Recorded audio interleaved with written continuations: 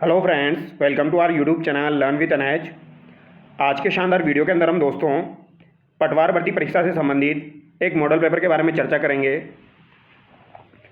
कल कलाम एकेडमी के द्वारा दोस्तों 2 तारीख को एक पेपर आयोजित करवाया गया था, माइनर टेस्ट 1। तो इसके बारे में हम चर्चा करने वाले हैं।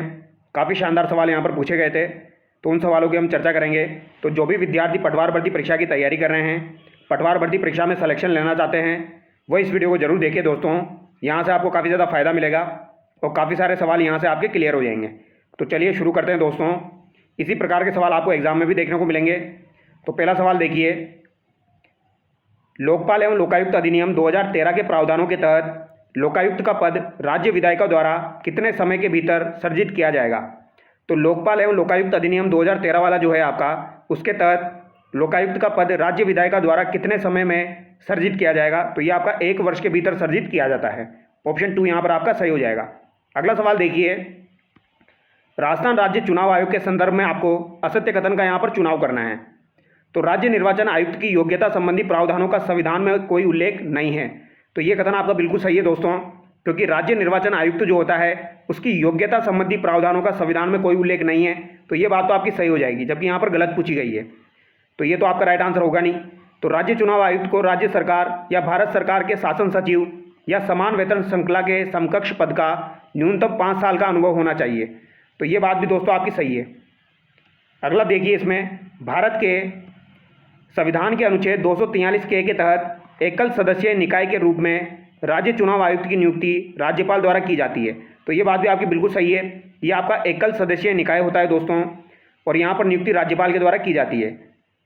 राजस्थान राज्य चुनाव आयोग का गठन जुलाई 1995 में किया गया। तो ये कथन आपका गलत हो जाएगा, क्योंकि यहाँ पर जुलाई 1994 में इसका गठन किया गया था, और इस प्रकार का सवाल काफ़ी बार एग्जाम में पूछा जाता है। तो ये यहाँ पर गलत दिया गया है। अगला सवाल देखिए, लोकायुक्त निम्न में से किनके विरुद्ध शिकायतें नहीं सुन सकते। तो लोकायुक्त किनके विरुद्ध शिकायतें नहीं सुन सकते हैं। तो ये आपके दोस्तों महालेखाकार के विरुद्ध शिकायतें नहीं सुन सकते हैं। जिला परिषद प्रमुख, राज्य के मंत्री, जिला कलेक्टर के विरुद्ध ये शिकायत सुन सकते हैं, लेकिन महालेखाकार के विरुद्ध ये नहीं सुन सकते। तो यहाँ पर ऑप्शन ए आपका करेक्ट हो जाएगा।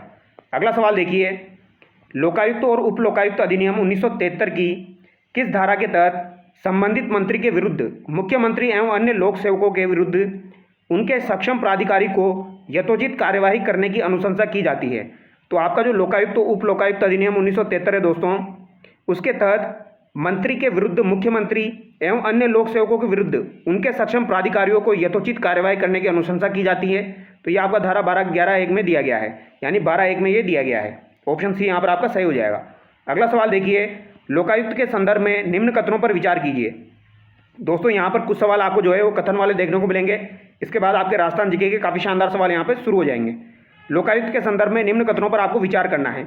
लोकायुक्त का कार्यकाल मार्च 2018 में 3 वर्ष बढ़ाया गया, लेकिन पुनः परिवर्तित कर उसे 5 वर्ष किया गया। तो ये बात आपकी बिल्कुल सही हो जाएगी दोस्तों, क्योंकि 2018 में दोस्तों आपका कार्यकाल जो है वो 3 वर्ष बढ़ाया गया था वसुंधरा राज्य की सरकार में, लेकिन बाद में दोस्तों इसको पुनः परिवर्तित कर दिया था, आपका 5 वर्ष कर दिया गया था। तो ये बात आपकी बिल्कुल सही हो जाएगी। संविधान के अनुच्छेद 311 के उपबंधों के अधीन रहते हुए लोकायुक्त एवं उप लोकायुक्त को केवल कदाचार के आधार पर राष्ट्रपति द्वारा पद से हटाया जा सकता है। तो ये कथन यहाँ पर आपका गलत हो जाएगा, केवल 1 यहाँ पर आपका सही हो जाएगा। अगला सवाल देखिए, भारतीय संविधान के किस अनुच्छेद में यह प्रावधान है कि लोक सेवा आयोग का सदस्य अपने पदावधि की समाप्ति पर उस पद पर पुनः नियुक्ति का पात्र नहीं होगा। तो दोस्तों आरपीएससी के अंतर्गत जो सदस्य होते हैं वो पदावधि की समाप्त होने के बाद पुनः नियुक्ति के पात्र नहीं होते हैं। इसका प्रावधान किस में किया गया है। तो ये आपका 316(3) में किया गया है। ये बात आपको ध्यान रखनी है, किस में किया गया है, 316(3) में किया गया है। आरपीएससी द्वारा किस वर्ष ऑन स्क्रीन मार्किंग की शुरुआत की गई। तो ऑन स्क्रीन मार्किंग की शुरुआत आपकी आरपीएससी के द्वारा कब की गई थी। ये 2013 में की गई थी। ऑप्शन 3 यहाँ पर आपका करेक्ट होगा। अगला सवाल देखिए, राजस्थान मानवाधिकार आयोग की कार्यप्रणाली का निर्धारण किसके द्वारा किया जाता है। तो राजस्थान मानवाधिकार आयोग की जो कार्यप्रणाली होती है दोस्तों, इसका निर्धारण कौन करता है, मुख्यमंत्री, राष्ट्रपति, राज्यपाल या स्वयं आयोग द्वारा। तो ये स्वयं आयोग द्वारा की जाती है। राजस्थान राज्य सूचना आयोग का ध्येय वाक्य है। तो राजस्थान राज्य सूचना आयोग का ध्येय वाक्य आपका क्या हो जाएगा। तो आओ दानी जनव्य जो है ये बिल्कुल सही हो जाएगा यहाँ पर आपका। तो आओ दानी जनव्य जो है ये राज्य सूचना आयोग का ध्येय वाक्य है, और ये काफ़ी इंपॉर्टेंट सवाल है। ये आरपीएससी के द्वारा 2 से 3 बार आ चुका है एग्जाम में, ये आपको ध्यान रखना है। अगला सवाल देखिए, राजस्थान राज्य मानवाधिकार आयोग के संबंध में असत्य कथन की आपको पहचान करनी है। जून 2023 में गंगाराम मूलचंदानी राजस्थान राज्य मानवाधिकार आयोग के अध्यक्ष नियुक्त किए गए। तो ये कथन गलत हो जाएगा क्योंकि ये जून 2023 में आपके नियुक्त नहीं किए गए थे। तो पहला ही कथन यहाँ पर आपका गलत हो जाएगा। बाकी तीनों कथन यहाँ पर आप सही है, एक बार इनको देख लीजिए आप। जैसे कि कांता भटनागर राजस्थान राज्य मानवाधिकार आयोग की प्रथम महिला अध्यक्ष थी, बिल्कुल सही बात है। राजस्थान राज्य मानवाधिकार आयोग का गठन 18 जनवरी 1999 को किया गया, ये भी आपकी बिल्कुल सही बात है। और मानव अधिकार संरक्षण अधिनियम 2006 के अनुसार राजस्थान राज्य मानवाधिकार आयोग में एक अध्यक्ष और 2 सदस्यों का प्रावधान किया गया है। तो ये बात भी आपकी सही हो जाएगी, एक अध्यक्ष और 2 सदस्य। ठीक है, अगला सवाल देखिए, राज्य सूचना आयोग के सर्वाधिक लंबे कार्यकाल वाले मुख्य सूचना आयुक्त है। तो दोस्तों सर्वाधिक लंबे कार्यकाल वाले मुख्य सूचना आयुक्त आपके कौन हो जाएंगे? तो ये आपके एमडी कोरानी हो जाएंगे, बिल्कुल सही दिया गया है यहाँ पर, ऑप्शन 4 करेक्ट हो जाएगा, एमडी कोरानी। अगला सवाल देखिए, राजस्थान लोक सेवा आयोग का मुख्यालय किस समिति की सिफारिश पर जयपुर से अजमेर स्थानांतरित किया गया?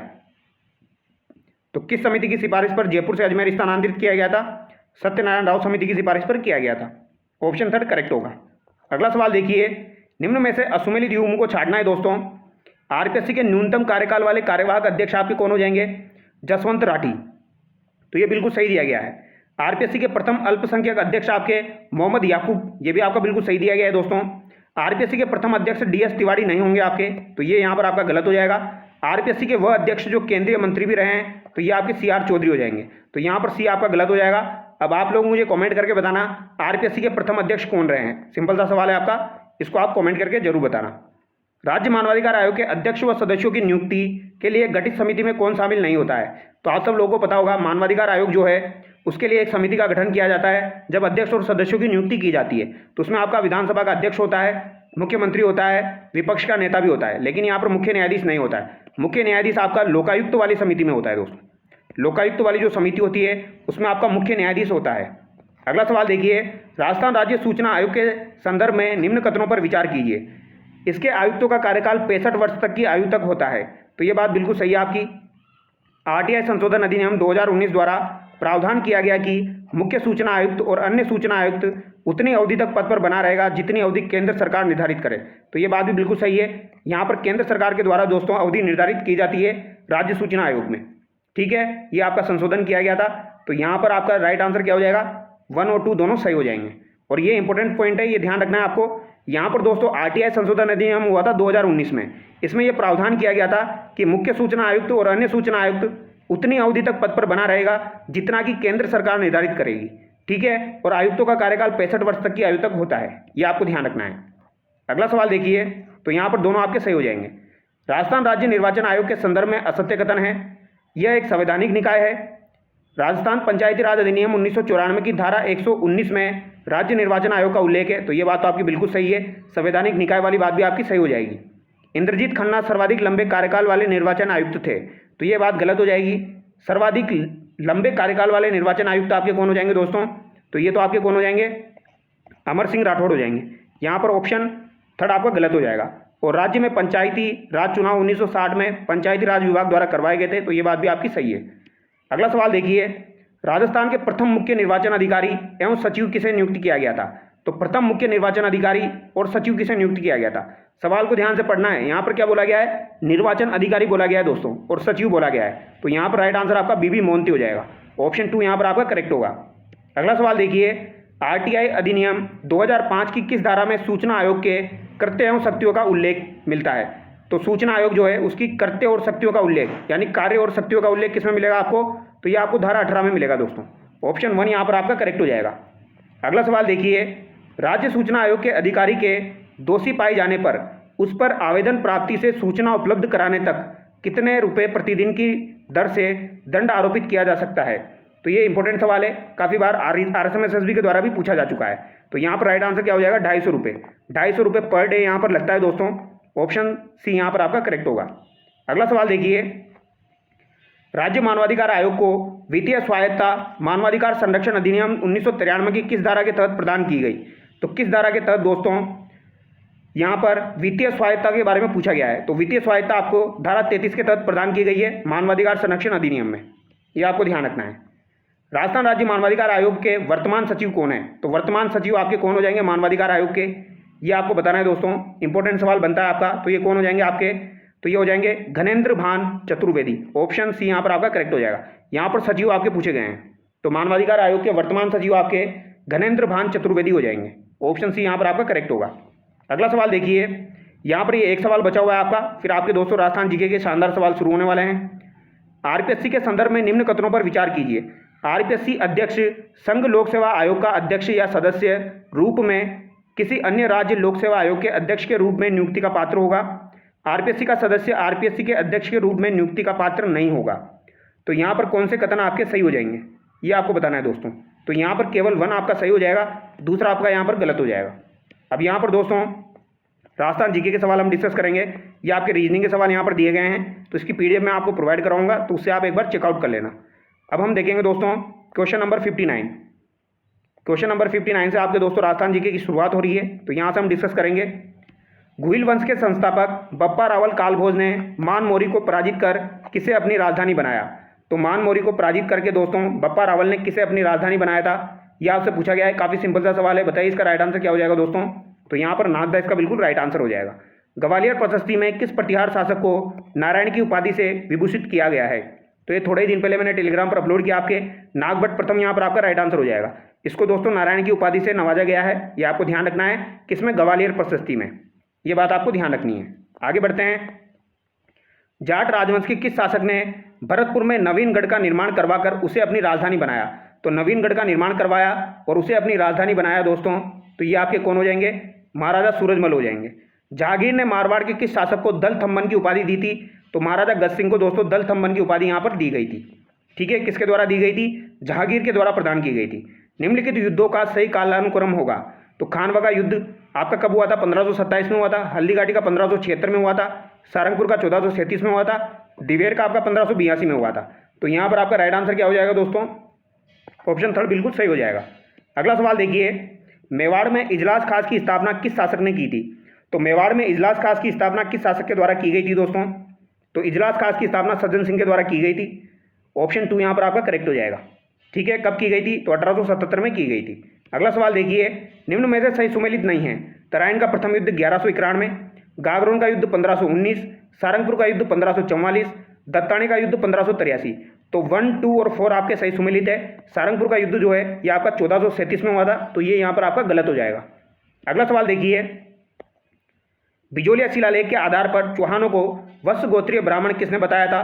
तो ये किसने बताया है, ये आपसे पूछा गया है। तो दशरथ शर्मा के द्वारा बताया गया था। गंधर्व बाईसी का संबंध किस शासक से था। तो ये सवाई प्रताप सिंह से हो जाएगा, गंधर्व बाईसी का संबंध। अगला सवाल देखिए, बारक कोटड़ी नामक सामंती व्यवस्था का संबंध किस राज्य से था। तो ये आमेर से हो जाएगा दोस्तों। टोंक रियासत का संस्थापक किसे माना जाता है। तो टोंक रियासत का संस्थापक अगर आपसे पूछा जाए तो ये किसे माना जाता है दोस्तों। तो ये आपके अमीर खां पिंडारी को माना जाता है। किसे माना जाता है, अमीर खां पिंडारी को दोस्तों आपके टोंक रियासत का संस्थापक माना जाता है। कर्नल टोड ने किसे राठौड़ों का यूलिसेस कहा है। तो राठौड़ों का यूलिसेस किसे कहा गया है, तो ये दुर्गादास राठौड़ को कहा गया है। आंवल बांवल की संधि किनके मध्य हुई थी दोस्तों। तो आंवल बांवल की संधि आपकी 1453 में हुई थी। किस किस के मध्य हुई थी, तो ये राव जोधा और महाराणा कुंभा के मध्य हुई थी। ऑप्शन 1 यहाँ पर आपका करेक्ट हो जाएगा। ठीक है, अगला सवाल देखिए, क्वेश्चन नंबर 72। भूताला का युद्ध जो है इसके संदर्भ में आपको असंगत बताना है दोस्तों। यह युद्ध जैत्र सिंह और इल्तुतमिश के मध्य हुआ था। इस युद्ध का वर्णन जयसिंह सूरी कृत हमीर मदमर्दन में मिलता है। तो ये दोनों बातें बिल्कुल सही है आपकी। भूताला का युद्ध 1277 ईस्वी में लड़ा गया था। तो ये आपका दोस्तों 1226-27 में लड़ा गया था। तो यहाँ पर ये आपका गलत हो जाएगा। इस युद्ध में जैत्र सिंह पराजित हुआ। तो यहाँ पर दोस्तों जैत्र सिंह आपका पराजित नहीं हुआ था। ठीक है, यहाँ पर जैत्र सिंह आपका पराजित नहीं हुआ था, इल्तुतमिश यहाँ पर पराजित हुआ था। तो यहाँ पर दोस्तों दोनों आपके गलत हो जाएंगे यहाँ पर। ठीक है, 3rd और 4 यहाँ पर आपके दोनों गलत हो जाएंगे। ठीक है, तो इस युद्ध में आपका जैत्र सिंह पराजित नहीं हुआ था और ये 1277 में नहीं लड़ा गया था, ये आपका 1227 में लड़ा गया था। तो ये यहाँ पर आपका गलत हो जाएगा दोस्तों। ठीक है, 3rd और 4 दोनों गलत हैं यहाँ पर। अगला सवाल देखिए, चित्तौड़गढ़ दुर्ग का इतिहास प्रसिद्ध 3 शाखों का साक्षी रहा है। शाखों के समय काल क्रमानुसार आक्रमणकर्ताओं का सही क्रम है। तो आक्रमणकर्ताओं का सही क्रम यहाँ पर कौन सा हो जाएगा आपका, ये आपको बताना है दोस्तों। अलाउद्दीन खिलजी, बहादुर शाह और अकबर, बिल्कुल सही यहाँ पर दिया गया है दोस्तों। 1303 में अलाउद्दीन खिलजी ने यहाँ पर आक्रमण किया था। बहादुर शाह ने आपका दोस्तों 1535 के आसपास आक्रमण किया था। अकबर ने आपका दोस्तों 1568 के आसपास आक्रमण किया था। ये आपको ध्यान रखना है। अगला सवाल देखिए, सर्वप्रथम किस शासक ने मंडोर को राठौड़ों की राजधानी बनाया। तो मंडोर को राठौड़ों की राजधानी सर्वप्रथम किसके द्वारा बनाया गया था। तो ये राव चूंडा के द्वारा बनाया गया था। राव चूंडा के द्वारा मंडोर को राठौड़ों की राजधानी बनाया गया था। ये बात आपको ध्यान रखनी है। जैसलमेर का अर्धशाका किसके शासनकाल में हुआ था? तो जैसलमेर में जो अर्धशाका हुआ था यह आपके किसके शासनकाल में हुआ था दोस्तों? लूणकरण के शासनकाल में हुआ था। अगला सवाल देखिए, निम्न में से किन किन के मध्य हुए समझौतों को बोलशेविक समझौते की संज्ञा दी गई है? तो बोलशेविक समझौता दोस्तों आपके बेंगू के ठाकुर अनूप सिंह और आपके राजस्थान सेवा संघ के मध्य हुआ था। बिल्कुल सही दिया गया है यहाँ पर। ऑप्शन 4 आपका बिल्कुल करेक्ट हो जाएगा। ठीक है, तो ऑप्शन 4 करेक्ट हो जाएगा। यह आपका दोस्तों बेंगू किसान आंदोलन से संबंधित है। किससे संबंधित है? बेंगू किसान आंदोलन से संबंधित है। बेंगू के ठाकुर अनूप सिंह और राजस्थान सेवा संघ के मध्य हुआ था यह आपका बोलशेविक समझौता। अगला सवाल देखिए, आज़ादी के समय राजस्थान राज्य भारतीय संविधान के अनुसार किस श्रेणी का था? तो आज़ादी के समय राजस्थान जो है ये 20 श्रेणी का था, द्वितीय श्रेणी का। भरतपुर प्रजामंडल की स्थापना कब और किसकी अध्यक्षता में हुई? तो भरतपुर प्रजामंडल की स्थापना दोस्तों आपकी कब हुई थी? 1938 में हुई थी। और किसकी अध्यक्षता में हुई ये यहाँ पर आपसे पूछा गया है। तो ये आपकी दोस्तों गोपीलाल यादव की अध्यक्षता में हुई थी। ऑप्शन 4 यहाँ पर आपका करेक्ट होगा। अगला सवाल देखिए, निम्नलिखित में से गलत युग्म की पहचान कीजिए। तो यहाँ पर गलत युग्म की पहचान आपको करनी है। करौली प्रजामंडल त्रिलोकचंद माथुर, बीकानेर प्रजामंडल पंडित हरिनारायण शर्मा। तो हरिनारायण शर्मा का संबंध तो दोस्तों अलवर से हो जाएगा, तो ये आपका गलत हो जाएगा। मेवाड़ प्रजामंडल बलवंत सिंह मेहता और झालावाड़ प्रजामंडल मांगीलाल भव्य। तो यहाँ पर 2 आपका गलत हो जाएगा। जयपुर राज्य मीणा सुधार समिति का गठन किस स्थान पर हुआ? तो जयपुर राज्य मीणा सुधार समिति का गठन आपका नीम का थाना में हुआ था। ऑप्शन 3 यहाँ पर आपका बिल्कुल करेक्ट हो जाएगा। अगला सवाल देखिए, मेव किसान आंदोलन के आलोक में असत्य कथन है। तो मेव किसान आंदोलन के संबंध में असत्य कथन आपको बताना है। मेव किसान आंदोलन का प्रारंभ रोदों में पाले जाने वाले जंगली सूअरों के कारण हुआ। मोहम्मद हादी ने अंजुमन खादिल उल इस्लाम नामक संगठन का गठन कर इसे संगठित रूप दिया। मेव संकट की जांच हेतु यासीन खान के नेतृत्व में बिलग्रामी समिति का गठन किया गया। यह आंदोलन मुख्यतः अलवर और भरतपुर राज्य में हुआ। तो यहाँ पर आपको बताना है दोस्तों कौन सा कथन आपका असत्य है। तो यहाँ पर ऑप्शन 3 आपका असत्य हो जाएगा। और आपको ये चीज़ पता होगी, सबसे पहले सूरों के वजह से ये आपका आंदोलन शुरू हुआ था और अंजुमन खादिल उल इस्लाम की स्थापना लगभग 1932 में आपके मोहम्मद हादी के द्वारा की गई थी। तो ये बात भी आपकी सही है और अलवर भरतपुर में ये हुआ था आपका। अगला सवाल देखिए, 17 नवंबर 1913 को किस अंग्रेज अधिकारी ने मानगढ़ पहाड़ी पर एकत्रित भीलों पर गोली चलाने का आदेश जारी किया था? तो मानगढ़ पहाड़ी पर किसने दोस्तों ये आदेश जारी किया था, ये आपसे पूछा गया है। तो एक कर्नल सटर ने जारी किया था दोस्तों। किसने जारी किया था? कर्नल सटर ने आदेश दिया था दोस्तों। 17 नवंबर 1913 को जो आपका मानगढ़ हत्याकांड हुआ था वहाँ पर गोली चलाने का आदेश किसने दिया था? कर्नल सटर ने दिया था। और आपका जो निमराना हत्याकांड हुआ था दोस्तों वहाँ पर आदेश किसने दिया था? वहाँ पर छज्जू सिंह ने दिया था। बिजोलिया में विद्या प्रचारणी सभा का गठन किसने किया? तो विद्या प्रचारणी सभा का गठन बिजोलिया में किसके द्वारा किया गया था? तो ये किसके द्वारा किया गया दोस्तों, ये आपको बताना है। तो यहाँ पर आपका राइट आंसर क्या हो जाएगा? अब देखिए दोस्तों, इसका राइट आंसर भूप सिंह होगा। भूप सिंह मतलब विजय सिंह पथिक, ये आपको ध्यान रखना है। ठीक है, अगला सवाल देखिए, मीणाओं ने रियासत काल में किस अधिनियम के विरुद्ध आंदोलन किया? तो किस अधिनियम के विरुद्ध मीणाओं के द्वारा आंदोलन किया गया था? जयराम पैसा अधिनियम के विरुद्ध किया गया। ऑप्शन 2 यहाँ पर आपका सही हो जाएगा। अगला सवाल देखिए, राजपुताना मध्य भारत सभा के अजमेर में आयोजित अधिवेशन की अध्यक्षता किसने की? तो अजमेर में जो आपका 3rd अधिवेशन हुआ था उसकी अध्यक्षता जमनालाल बजाज के द्वारा की गई थी। अगला सवाल देखिए, निम्न में से कौन सी घटना का संबंध मारवाड़ किसान आंदोलन से नहीं है? तो मारवाड़ किसान आंदोलन से कौन सी घटना का संबंध नहीं है? चीना का बढ़िया, चंडावल, डाबड़ा या तसीमो? तसीमो हत्याकांड तो दोस्तों आपका धौलपुर रियासत में हुआ था। तो ये आपका राइट आंसर हो जाएगा। ऑप्शन 4 यहाँ पर आपका करेक्ट हो जाएगा। चीना का बढ़िया, चंडावल और डाबड़ा जो है ये आपके मारवाड़ किसान आंदोलन से प्रेरित है, ये आपको ध्यान रखना है। अगला सवाल देखिए, क्वेश्चन नंबर 87, किस छावनी के सैनिक दस्तों ने 21 अगस्त 1857 को चलो दिल्ली मारो फिरंगी के नारे के साथ बगावत की थी? तो एरिनपुरा के छावनी के जो सैनिक थे, यानी जो आपके दोस्तों क्रांतिकारी थे, उनके द्वारा चलो दिल्ली मारो फिरंगी का नारा दिया गया था। 21 अगस्त 1857 को आपकी एरिनपुरा में क्रांति हुई थी। कोटा में 1857 की क्रांति की शुरुआत किस दिन हुई थी? तो कोटा में क्रांति की शुरुआत 15 अक्टूबर 1857 को हुई थी। तो यहाँ पर आपका राइट आंसर क्या हो जाएगा? ऑप्शन 3 हो जाएगा। अगला सवाल देखिए, नीमच छावनी में 1857 की क्रांति का नेतृत्व किसने किया? तो नीमच छावनी में 1857 की क्रांति का नेतृत्व किसके द्वारा किया गया था? इंपॉर्टेंट सवाल आपका बनता है दोस्तों। तो ये किसके द्वारा किया गया था? आपका मोहम्मद अली बेग के द्वारा किया गया था। राज्य पुनर्गठन आयोग की सिफारिशों के आधार पर 1 नवंबर 1956 की यहाँ पर बात की जा रही है को निम्नलिखित में से किन क्षेत्रों का विलय राजस्थान में किया गया? माउंट आबू का, सुनेल टप्पा का, अजमेर मेरवाड़ा का, सिरोंज का? तो किसका विलय राजस्थान में किया गया ये आपसे पूछा गया है दोस्तों। तो सुनील टप्पा का विलय राजस्थान में किया गया था और सिरोंज का नहीं किया गया था, ये आपको ध्यान रखना है। तो 1, 2, 3 यहाँ पर करेक्ट होगा, ऑप्शन 3 यहाँ पर आपका करेक्ट हो जाएगा। ठीक है, तो 90 में आपका राइट आंसर क्या हो जाएगा, ऑप्शन सी हो जाएगा। ठीक है, क्योंकि सिरोंज राजस्थान का था, ये एमपी को दिया गया था, सुनील टप्पा जो है वो राजस्थान में मिलाया गया था। वृहत राजस्थान के निर्माण को लेकर गठित राजस्थान आंदोलन समिति के संदर्भ में निम्न कथनों पर विचार कीजिए। इस समिति का गठन समाजवादी दल के नेता राम मनोहर लोहिया की अध्यक्षता में किया गया था। यहाँ पर पूछा गया है राजस्थान आंदोलन समिति का गठन। ठीक है, वृहत राजस्थान के निर्माण को लेकर गठित हुई थी आपकी राजस्थान आंदोलन समिति। तो इस समिति का गठन समाजवादी दल के नेता राम मनोहर लोहिया की अध्यक्षता में किया गया और जयप्रकाश नारायण ने 9 नवंबर 1948 को उदयपुर में आम सभा का आयोजन कर वृहत राजस्थान के निर्माण की मांग की। तो यहाँ पर ये कथन आपके दिए गए हैं दोस्तों, 2 कथन। यहाँ पर बताना है कौन सा आपका सही है। तो बताइए यहाँ पर आपका राइट आंसर क्या हो जाएगा दोस्तों, दोनों के दोनों यहाँ पर आपके सही हो जाएंगे। और ये सवाल आपका नया सवाल है, ध्यान रखना है आपको, ये सवाल आपका बन सकता है। वृहत राजस्थान का जब निर्माण हुआ था, एक समिति का गठन किया गया था, राजस्थान आंदोलन समिति। इस समिति में दोस्तों जो नेता थे आपके वो कौन हो जाएंगे, राम मनोहर लोहिया की अध्यक्षता में ये गठित हुई थी। तो राम मनोहर लोहिया आपको ध्यान रखना है। और जयप्रकाश नारायण ने 9 नवंबर 1948 को उदयपुर में आम सभा का आयोजन करके वृहत राजस्थान के निर्माण की मांग की थी। कहाँ पर की थी, उदयपुर में की थी। किसने की थी, जयप्रकाश नारायण के द्वारा की गई थी 9 नवंबर 1948 को। तो दोनों बातें ध्यान रखनी है। अगला सवाल देखिए, निम्न कथनों पर विचार कीजिए। आहड़ सभ्यता के बारे में दिया गया है। आहड़ गैर सिंधु तथा ग्रामीण सभ्यता स्थल था। आहड़ कृष्ण लोहित बर्तन वाली संस्कृति का प्रमुख केंद्र था। तो बताइए इसका राइट आंसर क्या हो जाएगा दोस्तों आपका। तो दोनों कथन यहाँ पर आपके बिल्कुल सही हो जाएंगे, ये आपकी ग्रामीण सभ्यता स्थल हो जाएगी। अगला सवाल देखिए, यहाँ पर कौन सा आपका सुमेलित नहीं है। तो सुमेलित कौन सा नहीं है, पशुपालन के प्राचीनतम साक्ष्य बागोर से प्राप्त हुए हैं, बिल्कुल सही बात है। बेलनाकार तंदूर आपका कालीबंगा दिया गया है। तो क्या बेलनाकार तंदूर आपका कालीबंगा से प्राप्त हुआ था दोस्तों, ये आपको बताना है। तो बिल्कुल प्राप्त हुआ था। ताम्र सभ्यताओं की जननी गणेश्वर को कहा जाता है। कुष्ठ रोग का पुरातन प्रमाण बेराट, ये गलत हो जाएगा दोस्तों। तो कुष्ठ रोग का पुरातन प्रमाण बेराट यहाँ पर गलत दिया गया है। अगला सवाल देखिए, किस पुरातात्विक स्थल की खुदाई से खड़े यक्ष की पाषाण प्रतिमा प्राप्त हुई है। तो यक्ष की पाषाण प्रतिमा आपकी कहाँ से प्राप्त हुई है दोस्तों, तो ये आपकी कहाँ से प्राप्त हुई है, नौ भरतपुर से प्राप्त हुई है। ऑप्शन 2 करेक्ट हो जाएगा। और ये आपकी दोस्तों शुंग कालीन हो जाएगी। कैसी हो जाएगी, शुंग कालीन हो जाएगी। ये सवाल भी अभी आपका आरपीसी के द्वारा पूछा गया था।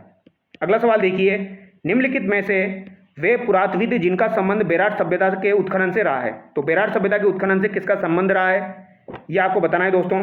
दयाराम साहनी, नीलरत्न बनर्जी, कैलाशनाथ दीक्षित, के.एन. पुरी। तो बताइए यहाँ पर राइट आंसर क्या हो जाएगा दोस्तों आपका। तो यहाँ पर राइट आंसर आपका हो जाएगा 1, 2, 3 हो जाएगा। ऑप्शन 4 यहाँ पर आपका करेक्ट हो जाएगा।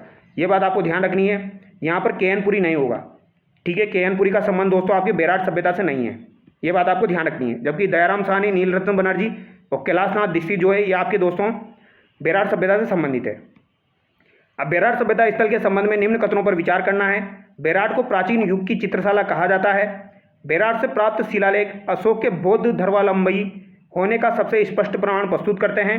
यहाँ से प्राप्त पंचमार्गी सिक्के भारत के प्राचीनतम सिक्कों में से एक है। तो यहाँ पर कौन से कथन आपके सही हो जाएंगे, ये आपको बताना है दोस्तों। तो यहाँ पे तीनों के तीनों कथन आपके सही हैं। ठीक है, चित्रशाला आपको ध्यान रखना है, प्राचीन युग की चित्रशाला इसे कहा गया है। और यहाँ पर दोस्तों पंचमार्गी सिक्के प्राप्त हुए हैं जो कि भारत में प्राचीनतम सिक्कों में से एक है। अगला सवाल देखिए, निम्नलिखित में से किन सांस्कृतिक स्थलों से निम्न पुरा पाषाणकालीन औजार प्राप्त हुए हैं। तो निम्न पुरा पाषाणकालीन औजार आपके कहाँ से प्राप्त हुए हैं दोस्तों। तो ये आपके दोस्तों सिंगी तालाब से प्राप्त हुए हैं, गाडरे आवास से प्राप्त हुए हैं और जायल से प्राप्त हुए हैं, जूनी उदरी से प्राप्त नहीं हुए हैं। ये बात आपको ध्यान रखनी है। आगे देखिए, गुज्जर प्रतिहार वंश के संबंध में असत्य कथन है। तो गुज्जर प्रतिहार वंश के संदर्भ में असत्य कथन आपको बताना है। नागभट्ट द्वितीय ने कन्नौज को जीतकर अपनी राजधानी बनाया। तो यहाँ पर कौन सा कथन आपका असत्य हो जाएगा, ये आपको बताना है। प्रतिहार वंश के शासकों के चांदी व तांबे के सिक्कों पर श्री मददादी वराह का अंकन मिलता है। घटियाला शिलालेख में नागभट्ट प्रथम को नारायण की उपाधि प्रदान की गई। तो ये आपका गलत हो जाएगा। नारायण की उपाधि आपको ग्वालियर प्रशस्ति में दी गई है नागभट्ट प्रथम को, ये आपको ध्यान रखना है। तो ये यहाँ पर आपका गलत हो जाएगा। नागभट्ट प्रथम ने प्रतिहारों की राजधानी मंडोर से हटाकर मेड़ता ट्रांसफर की थी। तो ये किसने की थी, नागभट्ट प्रथम ने मंडोर टू मेड़ता ट्रांसफर की थी। अगला सवाल देखिए, विग्रहराज चतुर्थ की राजनीतिक उपलब्धियों के संदर्भ में सत्य कथन बताना है। विग्रहराज चतुर्थ दिल्ली पर अधिकार करने वाला पहला चौहान शासक था। तो ये बात तो बिल्कुल सही है आपकी। विग्रहराज चतुर्थ ने मलेच्छों का दमन कर आर्यवर्त को आर्य भूमि में रूपांतरित किया। तो क्या ये कथन सही है आपका दोस्तों, ये आपको बताना है। तो ये बात भी सही है, मलेच्छों का दमन कर आर्यवर्त को आर्य भूमि में रूपांतरित किया था। और विग्रहराज ने गजनी के अमीर खुसरू शाह को परास्त किया? तो गजनी के अमीर खुसरू शाह को भी इसने परास्त किया था। तो यहाँ पर आपके दोस्तों ऑप्शन 4 करेक्ट हो जाएगा। फर्स्ट, सेकंड, थर्ड तीनों यहाँ पर आपके सही हो जाएंगे। ठीक है, मलेच्छों का दमन भी इसने किया और आपके गजनी के अमीर खुसरू शाह को भी पराजित किया था। अगला सवाल देखिए, खानवा के युद्ध में निम्नलिखित में से किन राजपूत मुस्लिम योद्धाओं ने बाबर के विरुद्ध महाराणा सांगा के पक्ष में भाग लिया था? तो महाराणा सांगा की तरफ से कौन कौन लड़े थे, ये आपसे पूछा गया है दोस्तों। तो यहाँ पर महमूद लोदी महाराणा सांगा की तरफ से लड़े थे, मेदिनी राय भी लड़ा था, हसन खां मेवाती भी लड़ा था और पृथ्वीराज भी लड़ा था। तो यहाँ पर ऑप्शन थर्ड आपका करेक्ट हो जाएगा। ठीक है, अब यहाँ पर हम सवाल देखेंगे दोस्तों, आपके कुछ और भी सवाल यहाँ पर दिए गए हैं, वो भी हम डिस्कस कर लेते हैं। आपके ये कुछ मैथमेटिक्स के सवाल है, तो ये आप खुद से कर लेना दोस्तों। क्वेश्चन नंबर 122 देखिए दोस्तों, यहाँ पर ये आपके करंट अफेयर के सवाल है। करंट अफेयर के सवाल भी आपके पूछे जाएंगे, तो इनको भी हम देख लेते हैं एक बार। पीएम सूर्यघर मुफ्त बिजली योजना के अंतर्गत विकसित देश का पहला सीमावर्ती सौर गांव कौन सा है? तो पहला सीमावर्ती सौर गांव आपका कौन सा हो जाएगा, ये आपको बताना है। तो ये मसाली गुजरात हो जाएगा। हाल ही में किसे भारतीय रिजर्व बैंक के 26वें गवर्नर के रूप में नियुक्त किया है? तो 26वें गवर्नर के रूप में किसे नियुक्त किया है? तो आरबीआई का 26वां गवर्नर किसे नियुक्त किया गया है दोस्तों? सिंपल सा सवाल है, संजय मल्होत्रा को यहाँ पर नियुक्त किया गया है। के संजय मूर्ति तो आपके केक बने हैं दोस्तों, सीएजी बने हैं, ये आपको ध्यान रखना है। और संजीव खन्ना जो थे ये तो आपके 51वें न्यायाधीश थे, अभी 22वें आपके बीआर गवई बन चुके हैं। अगला सवाल देखिए, राष्ट्रीय गोपाल रत्न पुरस्कार 2024 के अंतर्गत सर्वश्रेष्ठ कृत्रिम गर्भाधान तकनीशियन श्रेणी में प्रथम पुरस्कार किसने प्राप्त किया है? तो गोपाल रत्न पुरस्कार 2024 के अंतर्गत सर्वश्रेष्ठ कृत्रिम गर्भाधान तकनीशियन श्रेणी में प्रथम पुरस्कार किसने प्राप्त किया है, यह आपको बताना है। तो ये राजेंद्र कुमार ने प्राप्त किया है। अगला सवाल देखिए, GSAT-N2 के संबंध में निम्नलिखित कथनों पर विचार कीजिए। यह भारत का एकमात्र एक संचार उपग्रह है।